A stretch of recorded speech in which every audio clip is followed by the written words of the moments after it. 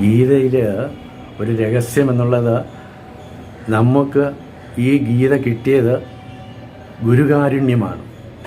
ഗുരുകാരുണ്യം എന്ന് പറയുമ്പോൾ വ്യാസൻ തൻ്റെ ശിഷ്യനായ സഞ്ജയന് കൊടുത്ത ദിവ്യദൃഷ്ടിയുടെ ഫലമാണ് നമുക്ക് ഗീത കിട്ടിയത്.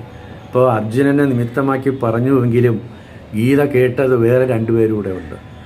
സഞ്ജയനും കേട്ടതുകൊണ്ടാണ് ലോകത്തിന് ഗീത എന്നുള്ള അമൃതസ്വരം ലഭിച്ചത്. പിന്നെ ഒരാൾ കേട്ടത് ആഞ്ജനേയ സ്വാമികളാണ്. ഈ കല്യാണ സൗഗന്ധ്യത്തിന് പോകുന്ന ഭീമസേനനെ രക്ഷയ്ക്ക് വേണ്ടിയുള്ള ശക്തി പകർന്നു കൊടുത്തിട്ട് പറഞ്ഞു വിടുന്നതിന് മുമ്പ് ഭീമസേനൻ അങ്ങോട്ട് അപേക്ഷിക്കുകയാണ്, ഞങ്ങൾക്കൊരു യുദ്ധമുണ്ടാവും, അതിന് സഹായിക്കാൻ വരണമെന്ന്. ആ സമയത്ത് ഹനുമാൻ സ്വാമികൾ ചിരിച്ചിട്ട് പറഞ്ഞു, എന്തൊരു യുദ്ധം, അത് വെറും കളിപ്പാട്ടം വെച്ചുള്ള കളിയല്ലേ ഉള്ളൂ. രാമരാവണ യുദ്ധമാണ് ലോകം കണ്ടതിൽ അതിശയമായിട്ടുള്ള യുദ്ധം. അതിൽ പങ്കെടുത്ത് എനിക്ക്